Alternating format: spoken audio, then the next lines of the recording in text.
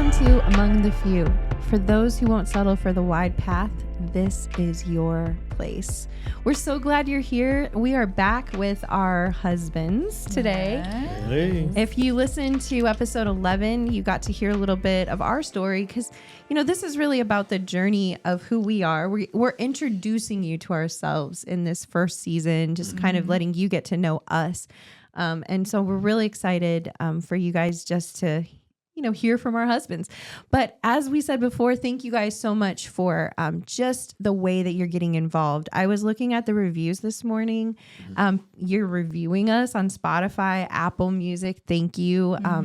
We have subscribers on YouTube. And so we would love to see that. And we hit over 1,000 streams on all of our different platforms. That's awesome. And so that's exciting. That means that each episode is getting around 100 listens, which for us, that's a huge thing because we didn't know we didn't know 5 people were going to listen to us, to be honest. We were like, I hope at least 5. We're looking to get a YouTube platinum plaque up here. Plaque over there. So keep sharing, keep liking, keep subscribing. That's right. We need to get that. That's the best way. YouTube shares on Facebook really well. And so you can actually post and share. You can send it to your friends and family. If I like a podcast, sometimes I'll ask them, do you like to watch a podcast or do you like to listen to a podcast? And I'll send it to you either way. So just some fun ideas, but thank you guys. We are really, really loving that. It's so funny because when we give people shout outs, when we mention a name of somebody, like we said Jenny Brandy the other week, she was texting us that day oh my gosh, yes. I was on your podcast. And my brother and his wife are racking up points. Like I said, my family keeps track of who I mentioned. So they're all competing. It's fun. Anyways, we love you guys and thank you. Thank you so much. So today we're actually going to get into some deeper conversation about marriage because we know you guys want to hear that. I mean, we all do. We really need help. Marriage is the most incredible challenge of our lives. I mean, parenting definitely tracks with that. But as far as the way that the Bible it describes marriage is that the two become one flesh. And how do you become one when you're clearly not the same person? And that's our story. That's true. And I know you guys are not the same person. So today we're just really going to talk about some of the challenges that were there and really how do we lead our homes? What does it look like? So hopefully this is inspiring to you guys who are out there trying to navigate marriage and you want to do it on the narrow path. So I'm taking notes on what to look forward to when getting married. Or that. Yes. That's a good one. Take That's notes. a good one. Take Set notes. the bar high. Yeah. Don't settle. Gosh, that is, man, I'm so thankful I didn't. Yeah. Don't settle. Yeah. So we're just going to kind of start off. I just wanted to ask, kind of for the two of you guys, we can kind of work together in these conversations too. What does it look like to lead your home spiritually? What are the different ways you guys kind of lead or share that role? But also Jackie, when do you step back and know, okay, this is Ben's territory or when, and kind of give us some examples of that, what that looks like. I think, to start off a little bit, when we first got married, we were talking about this the other day. When we first got married, it was what did you say the first 6 months were? Oh, we were like cats and dogs. Yes, we were like We fought, cats and we dogs. fought like cats and dogs. It was like an explosion went off for the first 6 months of our marriage. And I think you were trying to conform me to your African traditions. Oh, yeah. Yeah, worldview. Yeah, that was a big one. He thought I should live, act, and work a certain way. And so that was a huge, huge one. And then finally about 6 months in, we're like, we can't do this. We can't be fighting each other constantly. And so really we started changing some things. I think one was big for you. I'll let you talk about that. It was a clash in worldviews. I grew up in Africa. Yeah. The African culture, we have a way that husbands and wife relate, and is a male domineered or led culture. So it's almost like the man was always right most of the time, But now I cross over the ocean and I'm in United States and I'm dating an American woman, and they just don't have the same worldview. They believe in respect, like mutual respect. Like, hey, let's come to the table and discuss these things. Yeah. Your opinion is not always the best. You know, could you? And I think it was that clash of worldviews that was, our values were the same. The biblical values, they were the same. Yeah. We believed the same things. That's what brought us together. But the worldview was different. So that clash happened for some time. And then I began to realize, well, first of all, I'm in America. So she's never going to change because she's home. If there's someone that needed to change in the way I looked at life, it was me. Especially if I was planning on living here and that's the life God had ordained for me. So I began to really educate myself on, could they be there things I do not know? Because I had not lived in the United States for very long to really understand the whole cultural aspect of America. And that's when I began to really read books about thriving marriages, how you should conduct your marriages. I decided to invest in books that would train me as a man on how I ought to treat my wife as a Christian man. And That's like- really incredible, honestly. Yes. Yeah, Ben is a book reader as it is. And I remember you reading the 5 love languages. Oh yeah, that changed me. That changed a lot of things. Yeah, you really dove into those books a lot, but there was this for us. I still respect it. Like his parents' marriage is totally opposite than my parents' marriage. So I grew up, in this, a great home. My parents didn't have separate bank accounts. They always shared their money. Like my dad worked hard. His mom and dad growing up in Africa, very different culture, very different how they, operate themselves. They love each other and they're very committed in their marriage, and it's beautiful. It's just different than my parents. And so I think we clashed very much culturally at first. Yeah. But when it comes to the spiritual side of things, obviously Ben is the head of our home. And so he leads our home spiritually. He's the pioneer who gets up, and every Wednesday, the kids and him wake up at 5:45 and they have devotion together. All the kids before they go to school.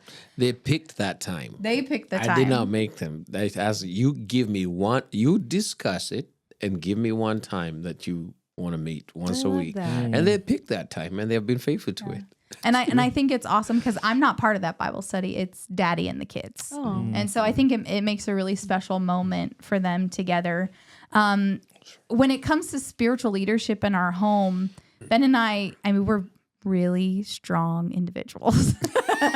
And so if there's a decision that needs to be made, we collectively sit at the table and we'll discuss it. Yeah. I liked there was a question on the last episode that we didn't get to, but it said, is it important that your husband and wife, that you guys pray together?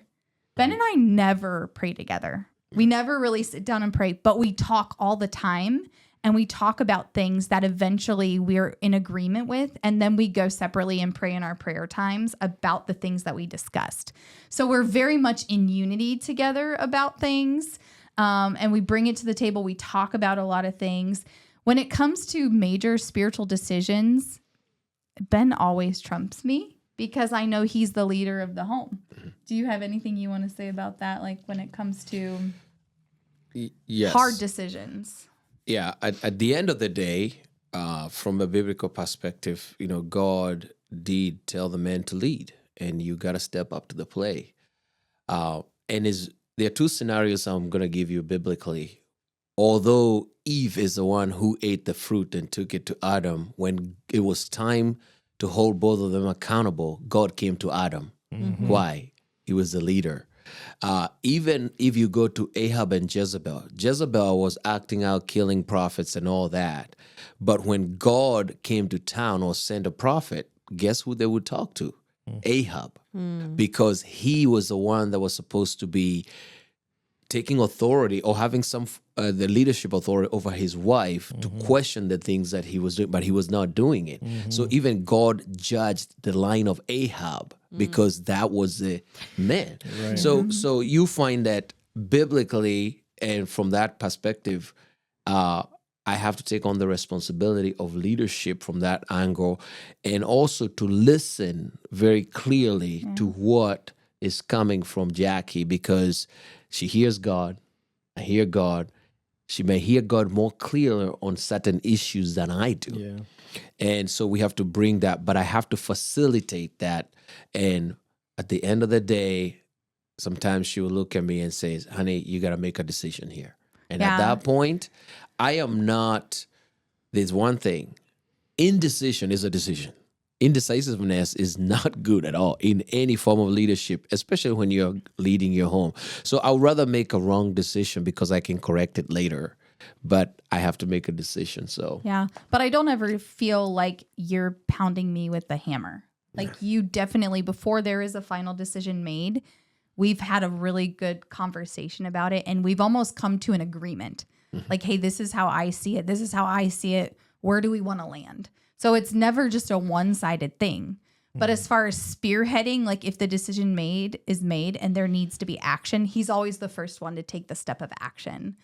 A good example in our home is, and we grew up learning this, is we don't go tell our parents when at the beginning of our marriage, we would go complain to our parents about the spouse that we were fighting with, right? And then I remember the one time that I had talked about Ben with my parents, and I came back and we made up and everything was fine. But my parents look at me as their tender, loving Jackie, and so they're still mad at him. And I'm not, because we made up and life is good. And so that was a really big, hard moment that we had to talk about, because I was still really attached with my family. Yeah. And then the other thing I think is a really big one, talking about the spiritual authority in your home, is the kids. When it comes to disciplining the kids or making decisions with the kids, it's hard because Ben doesn't always see, especially as our kids are getting into teenage ages, he knows more about the guys and how guys are thinking and pursuing girls than I would, and his protective instincts come up stronger. So when there's a major decision to be made, especially like we were talking about prom, we were talking about all these things. And so I always have to be like, we have not made the decision yet. I can't make the decision for Dad. Dad and I have to have a conversation. So I think it's holding that mutual respect for each other and saying, you guys need to get out of the conversation. Me and Dad have to come together and make an agreement. He needs to give his input. I need to give mine. And then, we'll tell you when we've made that decision. I think that is to me, that's spiritual, because I'm honoring him in the authority that he has in our home and not just coming out and making those decisions without him. So I think that's really important when you're in marriage and talking about kids, is that you allow them to put the input in. But not to seem like we are so perfect. No. Just because we come to the conclusion and make a decision doesn't mean the path there is smooth. Yeah. There could be some arguments, some tears, sometimes getting upset with each other. But at the end of the day, Jesus, we are under the lordship of Jesus. Yeah. And we have to walk in the fruit of the Spirit and come to a decision based on what would be right for our family. So yeah. Well, I think our path was a little different getting here, which I think will help listeners, because sometimes I feel like we just figured some of this out. There was a lot of years of our marriage where I think like we see traditionally that if a woman is out of order, then it causes major problems in marriage, but also in life. A lot of times we see women in the church just completely out of order with, their husbands can't tell them anything. They're just causing problems and disruption. How many times is it a woman that can cause like major issues in a church? All throughout the Bible. A lot. Crazy the stories Jezebel all throughout the spirit. Bible. Yeah. But so we actually grew up kind of together in this area where I grew up in a household where my parents like gave us the ability kind of too much to speak our own minds, and I would get in their faces, and I had a lot of issues with authority, I would say, growing up, but a lot of that was a given permission in some ways, and other things I was just in pure rebellion because I actually had real things that God had to deal with me on. Obviously I've shared some of my testimony, but that actually came into our marriage. So because I had so many places of hurt in my young life that I hadn't had healed when we got married, if Joe tried to tell me something or take authority in some way, like I didn't know how to manage that. And so actually for like years, that was really problematic. And because I was the one who worked for the church and spent all the time studying the word and all those things, like I just studied more. I knew more about the word, like maybe not entirely, but like I talked about it all the time. And so I like, even when we had kids, like I would want him to lead and like, he wouldn't step into it, step into those moments where I'm like, come on, like, I don't know, like if you want to kind of throw something in, but like this was a huge struggle for us actually. Sure. I don't know. I think what I was resonating with was even just as leading the house is I think when you touched on it, Ben, is just like, what are you allowing to happen within the home? And I think I took more of the role of just protecting, not necessarily leading, but protecting, like when there was something negative or what I didn't feel was right, I would step in to say, no, we're not doing it like that. Which a lot of times I would respond positively to like protection. Yeah. So in like diverting paths, maybe like say, we're not going to go down that path. We're not like, and so I would relinquish just for the sake of turmoil, like not allowing turmoil within our marriage. I would relinquish some leadership as far as that goes. Like, and we, the rockiness of finding that groove, and not feeling confident enough to lead. And then, however you felt to relinquish the control for me to lead. And so we kind of found our spot that we would be okay in, but like you said, up until recently, we haven't really, I feel like we're being now healthy completely and in the right roles where we are functioning the way God has called us to. And I really think it's been since we like took the senior pastor position in the church where it's been like, we're not doing this right. Yeah. You know what I mean? Like, not that we never knew that we weren't, but like, it was really hard to correct that course. And some of it was, again, like my immersion in ministry and he was an electrician. So like all day long, he's thinking about that and he's not spending the time with the Lord that I had. So then pride would come in and be like, well, how are you going to lead us if you don't even know what I'm talking about? Or you didn't even spend time with the Lord that way today or something. And that was a lot of our problem too, was like, I felt like I had been praying and praying and praying about something and then he wouldn't. Yeah.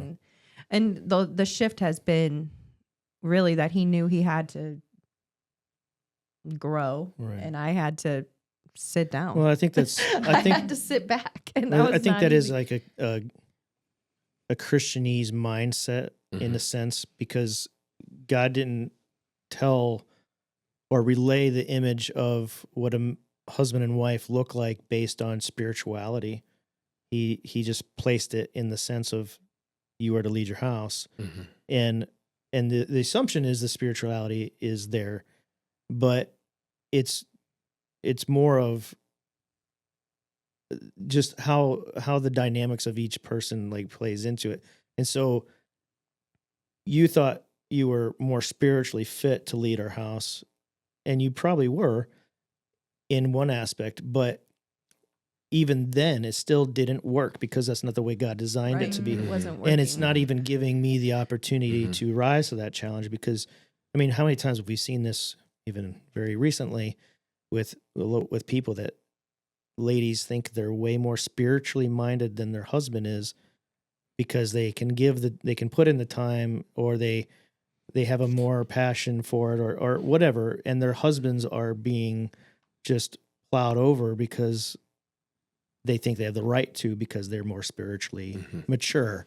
Well, but even there's though also like, just to kind of interject, because I think this is important, is like in the absence of something, you'll fill it. Sure. Right. And so if as a woman, and I think this happens a lot in Christian homes, and this is why I think it's great we're talking about this. As a woman, if someone isn't out front leading, because Joe's just he's more of a background person in life. He'll kind of just sit in the background and he's okay. He doesn't need to be out front. But when it came to our home, like I was begging for him to like come out front, and then he would only do it like sometimes out of anger, and I'd be like, this isn't working. So like, you can't just come and put like the hammer down when you want to, like you got to lead. And so this is where the Lord really like took us on a journey of like me realizing the control issues I had, because I was afraid that he wasn't going to lead us, that I was afraid something wasn't going to be done if I relinquished. And there was a lot of fear in me. And then him realizing like, I have the ability to lead this family and I can do it, like, so but it took a lot of years, for us to get there. Yeah. But I think you're also, and looking back at where the healthy mindset of the supporting the role for the husband because I've seen so many podcasts and videos about this now that it just puts it in better language than I ever had before. But just the idea that the wife has such a power with the encouragement and the support of the man to give him the wings, give him having the courage to step into that role where it's a little out, because we are so for me, I was so immersed in the world and so immersed in, I was a believer and I love the Lord, everything, but you're so immersed in all the outside stuff because you are providing for your family. You are doing things that are for the stability, the worldly side of growing a family. We're thinking about that. We're bearing the burden of that a lot of times, but then this spirituality thing is outside the norm for a man a lot of times. And I think women gravitate towards that so much faster and easier. And so when a wife can support the husband and say, I'm not looking for a timing thing. Like, I need you to do this right now, but I'm going to wait and just say, I'm supporting you in the way that God has called me to. Yeah. And I love that, even what Jackie shared with you and Ben, is that having the ability to not even allude to a decision especially when it comes to your kids. It's like, I'm not going to give you an ounce really of my thoughts until I can talk to my husband about this, or I can talk to Dad about this. Is that that in itself is showing that there is a power in the father, in the role of the husband, and there is honor, huge honor in that way. And I think that's our biggest way to support each other, is like, no, there's nothing going to be done until I communicate with my spouse and have that and showing the honor. Well, now, yeah. When they were little, like, that was hard for us. The tendency for all of us is to do things at the moment it happens. Yeah. Because so I was home with them. We don't take patience to say, okay, this is okay. Yes, I need to stop you from touching the stove because it's hot. Right. But at the same time, like, now this is a disciplinary issue. This is a moral issue. This is a behavioral issue. We need to like pause this process. So until we can come together, have a discussion and decide together, and then giving space to allow the husband or, your spouse to rise to that place. And it's a lot of times we don't have the patience to allow that to happen. And I think what's incredible, like in our story, we were talking, like, how did we make it through all those years of like all those bumps in the road? Is because we cultivated really good friendship among like we're good friends. We talk a lot. We talk through things.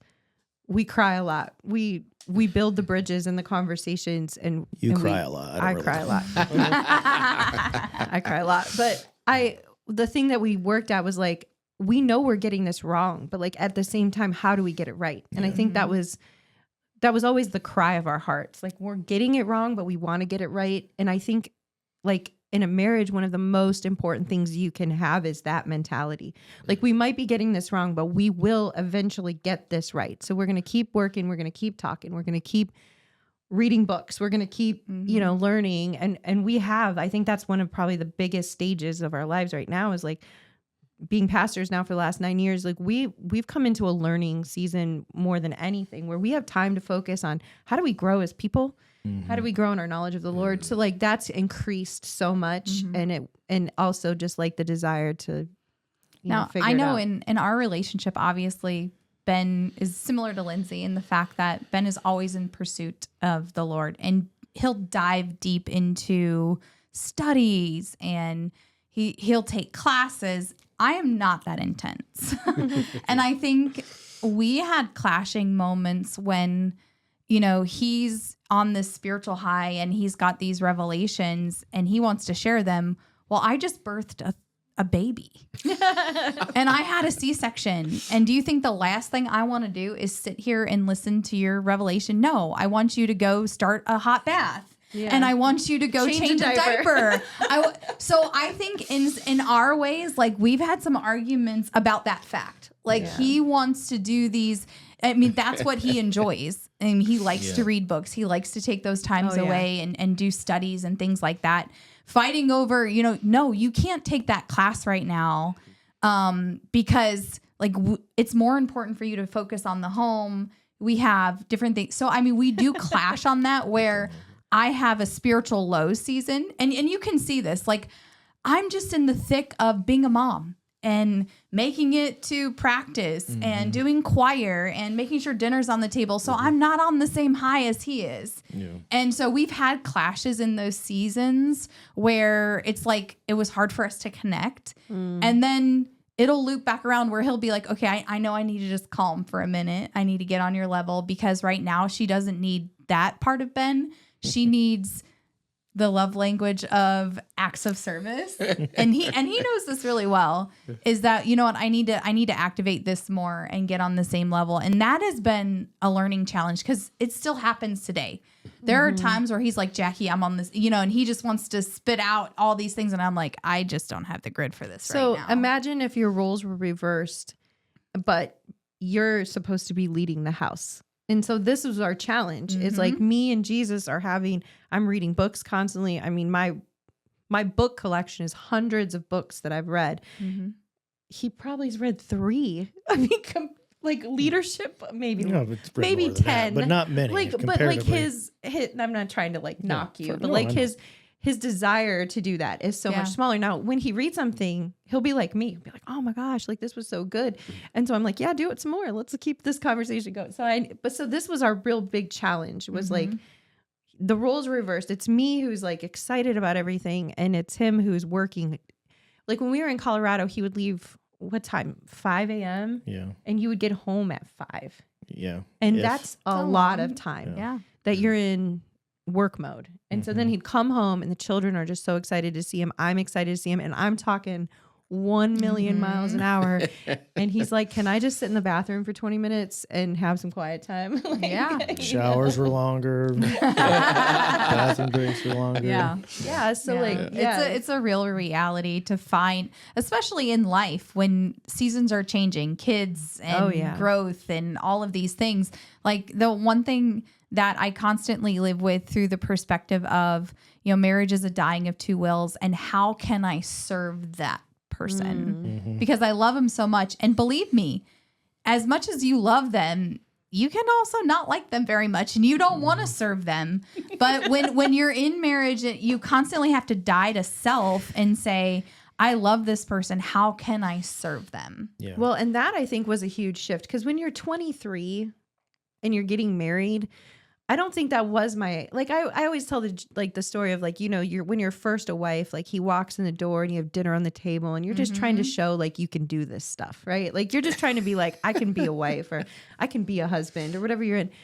But then there comes a shift where, like, yeah, children come in, or even if you don't have kids, work takes over life, and you get into the routines and whatever, and you're not serving each other well. And I think every marriage hits a point like that. Yeah. Like, and you're going to hit it over and over. Like, it's kind of like a routine, because, like, life happens, you get kind of caught up. And so maybe this is a good question. This was not on our papers, but what is some ways that, like, you guys rekindle, like, when you feel a little separate and you're struggling a little bit to connect? Like, how do you guys, like, what are some of the things you do intentionally to bring that, like, fire, that passion, that love back into your relationship? Because I would say one of the things that, before I answer that, there's one thing, and I'm not saying I'm a perfect person, because I had to deal with stuff getting in marriage too, changing things. But there was one big thing that I think you dealt with a lot, was a spirit of rejection. Can you share on that a little bit, of dealing with that coming into marriage? Because that followed you for a while. Yeah, we all grow up. Sometimes you don't know what is plaguing you and what spirits have come from your ancestors that are still in your chasing after you. And when I got born again, there's some things that I found out there that I just couldn't understand why. Well, if I have found Jesus, why am I still struggling with this? Why do I still feel this when I deal with different individuals? Why do I feel this distance that I should not? And one of them was my dad. You know, I always kind of felt this distance, and I had to ask God, what's going on? He said, you need to forgive your dad. There's some ways you didn't approve of how he disciplined you, that you need to forgive him. And I remember calling my dad and saying, Dad, I didn't like this, but I forgive you. And I remember when that happened, I talked on the phone. He did not respond. And my daddy, are you still there? It's like, yeah. Okay, we'll talk later. Like, he didn't have an answer, a grid for that. And then 3 days later, my mom calls me. What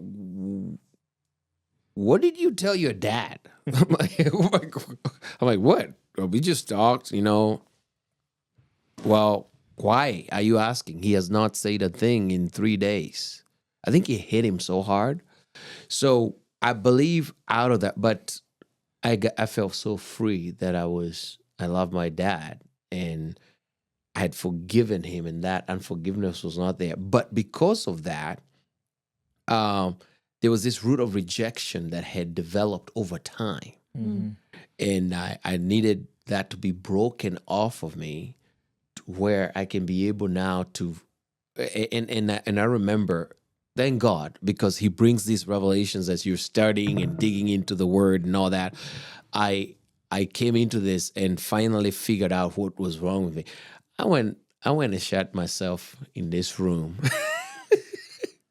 And I told God, well, you spirit of rejection and the devil, and I have Jesus over here. One of us is coming out here alive, and it's going to be me and Jesus. And I remember I went after it. It was not a pretty prayer. It was tears, snot, and then that broke off.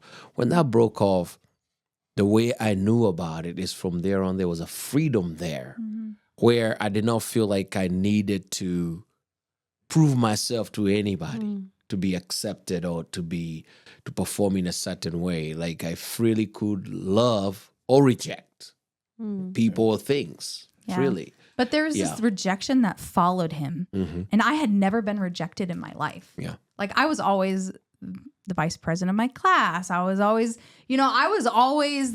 I never got rejected by anybody. And so when Ben came in, the very thing he brought in our relationship was rejection, specifically by my family.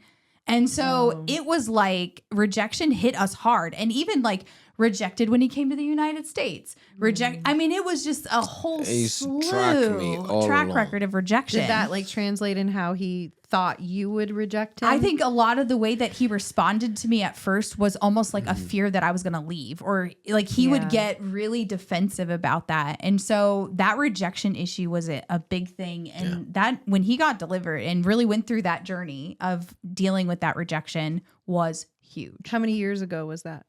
That was early on. We pastored Renaissance Church, so that's probably 2014, 2012, 2013, around that season. Okay. Yeah. Yes. It was powerful because there was this whole newness about him after that season of really coming out of that rejection and under that spirit. It was powerful. I feel like it's hard to even know sometimes that that's what it is. Yes. Like that it's actually like so deep rooted. Cause like we've had stuff in us where I didn't even know how to put a name on it sometimes, but like it would come out the same way every time. And we're like, and I'm sure you guys had this too. Like every time we fight, it boils down to two things. Yes. I feel this way. I feel this way. Yeah. And we're like, how can we not get there together? So it was like, but why do I feel this way? Are you doing this to me? Or is this like ingrained in me? Or is it a little bit of both, you know? And like, I think that's the huge part. So like when you guys find yourselves in those moments where you're really not feeling connection, like how do you reconnect? So I would say, what do you like to do? I'm going to let you answer. I think one of the things, because we are so busy, we work together, by the way, for our audience. That's actually unique. We're very much work Our together. office is here, my office is here. And so we see each other every day. But that does not mean when we are at work, we are always in conversation. We are problem solving and teaching and dealing with all kinds of meetings. So we're just passing each other. So what we found out that works very well is to take a break from everything and take like a 3-day getaway. Yeah. No kids. Our kids get really jealous They do about get really this jealous. because they have always been included in every vacation, But these 3 days, they get so upset. I'm like, this is for us, and then we go to a little hideaway somewhere, a little Airbnb, little house, whatever it is, and just the three of us turn our phones off. I mean, the two of us. And I don't know what third person you're talking about. Jesus, God. Jesus yeah. come. He's Oh, always okay. there. Jesus, Holy Spirit. Yes. Can't forget about him. And then we just detach from society, from the work, and just we can sleep all day. We can be on the jacuzzi or hot tub all day and kind of break them up. That seems to rejuvenate us. And then we have very meaningful conversations at that time that really get us back on track. Yeah. That has been, and I think we've been really intentional about it. We do Very it about once a intentional. quarter. Yeah. Once a quarter has been really good to get us like back on track and reconnect. And then we are intentional about our days off. Yes. So on our days off, we'll do Every like week. breakfast together, or we'll do lunch together and just kind of like touch base and see, how are you feeling? How are things going? You know, what do you need to talk to me about something? And so that's when we generally connect. What about you guys? Well, I'm going to just say it. Like, sex is big time. Amen to that. Yeah, that's right. I mean, that's Sex helps. huge when it comes to reconnecting. Good sex helps Yes. better. And I mean, for me, it's always undivided attention. The days off are just us doing whatever we want to do. It doesn't have to be anything. Just that this is what we want to do. We don't have to be pressured to do anything specific or anything at all if we don't want to, or whatever. And just that we're, just spending time together and sex on our days yes, sex is I'm just kidding. awesome. No, I'm not. I'm not kidding. I mean, but it's I'm just God, that's not all God we do. designed it to solve a lot of things. Oh, Like, yes, it I mean, does. we're always. Yeah. I mean, I would say 99% of the time, like after sex, is like we're seeing each other Calm down. differently. We are peaceful. We are intentional. We Mm-hmm. enjoy each other's company. Like it's always, and then the stress of life comes in and starts like and then the enemy does his thing too. But just there's so much more. You're connected, and there's so many scientific and spiritual That's so aspects true. that are So just flow through that. It's not just physical stuff, but even though that plays into it too. But it's just that's a huge aspect of coming back together. But just like you said, just taking the time to be with each other. We do the same, like breakfast, lunches on our days off. One thing that I am like, I'd use this in counseling, something I do all the time, is it's really easy to look at your spouse and be like, why does he do that? Why is he say that? Why does he act that way? I don't know. Like, you can get so used to each other that you almost start to get overly annoyed. You can very and easily. I see that we see this very negative towards the being person. very negative. And so what I actually intentionally do is I will look at him and I'll be like, I love the way that he smiles when Sydney's talking to him.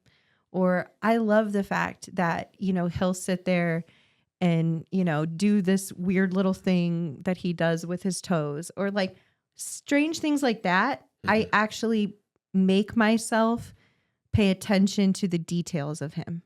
And as soon as I start to do that, I'm like, man, he is wonderful. He is like marvelous. You know how like the Bible talks about us like sitting in awe of God. I'll sometimes do that just with him, like with Joe, not like in some worship way, but in a way that I'm like sometimes when he's leading worship, okay, or he does something truly remarkable, I'll just sit in that moment and be like, that's my husband. Like he's mine. And then like instantly I'm like, I have the best man in the world. And like, so I tell people all the time, like, your thought life is super important in your marriage. And so like direct your thoughts toward the positives and like settle into like who this person is. And like, yeah, we've gained weight. We don't look the same. I have gray hair. He doesn't have any hair. Like life changes. Life changes big we've been married time. 23 years this summer. And I'm like, that's a long time to be with somebody. We were kids when we got married and we're grown up adults now. Like, but so we could focus on, I have a roll right here instead of I was so skinny and I had abs when we got married. But none of that stuff is actually, it's not helpful. But like, he still got it. Like, I'm like, hey, baby, you're still sexy. And he'll say that stuff to me too. And I'm like, thank you, because I don't feel it. Right. You don't feel it at all. But I'm so glad you still want to see me with my clothes off. Yeah. When I don't. Yeah. But but life changes that way. And like, so we have to focus on like the good. Yes. Good things. And I think that that's something that we struggle with because we had a lot of growing to do. Well, there's so much with the Bible, just saying, changing your perspective, Yeah. changing your attitude. We come in to the temple with thanksgiving and praise. Yes. Like we're And joy. changing our mindset to be of the good things and not the negative, not the world, the bad things. Like God's just, everything starts with your mindset. Everything starts with the way you approach something with your thoughts. So it's a huge I like thing. what you said, Lindsay, about taking in those little moments. I try to catch him off guard, usually when he's mad or he's frustrated about something. And I'll be like, I'll just touch his leg and be like, I really love you. And it just like settles the moment. Kind of deflates. It deflates things. I'm like, I'm not here to fight you. I just want you to know I love you. Even though there's a tense moment right now, we still love each other. We're one flesh. We're not enemies. We're not enemies. And I think that's a lot of times in marriage, you can get in the mundane and then it's almost like you become enemies because you're disconnected. Yeah. But having that time, and he'll do this all the time. Send me a text. I love you, in the morning when he's, we do sweet texts too. Text, I think that helps. Sexy text. Sometimes we'll be in the office next to each other and be like, hey, baby. Yes. And he'll be like, hey. Or like, when are you getting home? Emojis, fun little things. You got to keep it spicy and fun. And what are you wearing? Yeah. He's like, a hoodie. I'm like, nice. But I do think sex does solve a lot of things. It de-stresses. If you don't flirt with each other, yes, you are missing out, and you are in the wrong mindset. You gotta It's true. You got to flirt with each other. You got to have fun. And I think a Yeah. lot of couples don't have fun. They don't. Yeah. I think there's a lot of You guys have people done marriage who are. counseling. We do it most of the time. They're not having sex. They're not having fun. I am amazed at the amount of people who are not having sex. I'm like, what? What? I know we talked about, we want to do a whole episode on sex. We Which should. We should. We really Tell us should. if you want to hear it, guys. Come because on. we We can really should. go all Share day it, like, about say something. The comment. topic of sex, we the don't want to topic, hear all the talking about the stuff. importance of intimacy in Yes, marriage. it's so important. And actually, I think this is like really cool because where we are kind of landing today is this, like when the Lord asks you to change something, change it. Yeah. If it's hurting the one that you love, change it. Like, Yes. you know, get a book. I love that you just said, I bought books on marriage because I was an African guy who was married to a white lady and I didn't know how to be her husband in America. That's like amazing, Ben. I just think that we need to like focus that point in like, if you're struggling out there in your marriage, get a book, get a mentor, sit with counselors, you know, learn from the word of God, lead your family spiritually, grow. Yeah. Like that's our stories because like mine was, I got to step back and Joe has to come forward. And we had to do it in the timing that God was like growing us and preparing us for those moments. And that's really cool to see that all of us had to grow. Because the narrow road is narrow and a lot of marriages will never find it. And that's the sad part is that a lot of people will die just absolutely despising their marriage. And when the Lord intended for this to be like the one and really the most beautiful example of how God and man are supposed to be working together and how Christ loves the church and all of these examples that the word gives us, like marriage was it. Yes. Is it? Yes. And so if we could get this, then the gates of hell will not prevail against the church.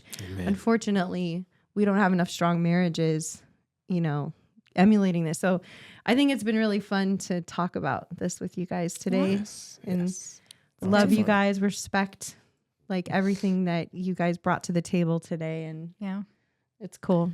It's Yeah, really but cool. comment if you guys want to that episode just talking about sex. We're ready for it. Yeah. Make sure to like and subscribe. Yes. Yeah, we shouldn't And if you're let not the- having sex in your marriage, start. Yeah. Yeah. For Today. real. My final comment on the sex topic is that the world tells us the perverted version of it Yeah. every day Yeah. because the church for a long time made it a taboo to talk about this, Yeah. yet it's a Yes. natural thing that God instilled in us. So we need to talk about it from the biblical, healthy perspective. And without, yeah. You know, on that note, like, I don't know about you guys, but like my parents didn't talk to me about what the wedding night Oh, should be no. like, Nobody what told your us about expectations should be anything. in No, marriage. nothing. Nothing. The only positive that I will say is my mom and dad definitely had sex and we knew it. Like knew not like in a weird, gross way, Yeah. but like they would allude to it. I think my parents only had it 3 times. His me and parents, my 2 like, brothers. He's like, do they have sex? Like, It wasn't discussed. yeah. Did your known. parents talk My about it? parents did not talk about it. I definitely knew they did because I remember my dad coming home from Africa and my mom had set up a table and, you know, something in their room that was really sweet. And so I knew that. But the only advice my mother gave me on my wedding day was practice makes perfect. And she's like, that's all I'm going to say. And I was like, okay. Figure it I got out. zero advice. Figure it That's out. all she said. Now, my grandma said that men want a tiger in the, or what was it? Do you want to know? Yeah, an angel in the kitchen and a And the H or WHORE in the bed. yeah. That was my grandmother's advice. And she said, and Joe has a nice butt, so have fun. That was all I got. Yeah. In the She liked Joe's butt, my grandma. That is I do have a nice butt. What about you, Ben? Was that talked in the about? African culture, it was a taboo to Major mention taboo. anything like that. And then I came into the church, and it was a taboo. All I heard in the church is, "You should not have sex before marriage. You should not have sex before." No. But then they never told me. So when I get there, how should I handle it? Yeah. Zero. Oh, no, you Crickets. got advice from one guy. What was his name? Jimmy. Jimmy McFardy. Yes. Thank that brother. did Jimmy say? He's actually still a leader in the same church where I got saved. Yeah. he say, brother, look here. I know you're going to get married. When you get to having sex, let the woman lead. Let the woman lead. Yeah. Whatever cues she's giving you, run with it. I think he was right. Because women are emotional and they are very sensitive to intimacy. Yeah. And men can they're just physical being. You know, Well, I they're think just we're ready. more self-conscious. Yes. Yeah. Too. So We're more worried. Yeah. Yeah. Guys are like, let's go. And girls are Well, like, we're a point, Yeah. we're so- point A to point B. Let's get there and get it done. which is also what changes the longer you're together. Yes. It Point A to does. point B takes a little longer. Yes. Which is nice. The journey is better. The journey is better. There you go. Anyway. Yeah. Yes. Good one. Yeah. So, hey, this could be a fun conversation. Maybe we'll revisit this. It's a prelude. Yes. Prelude. But guys, thank you so much for sharing. I appreciate your vulnerability. And hopefully today you learned something that you can carry into a conversation with your spouse or your future spouse or friends. So share this episode. I believe this one will really hit some people and in very specific places that will help us to grow, because we want to be the people that God has called us to be, right? So thank you guys for joining us. We love you guys. We hope you have a great day, and we'll see you next time. See you next time on Among the Few. Bye. All right. See ya.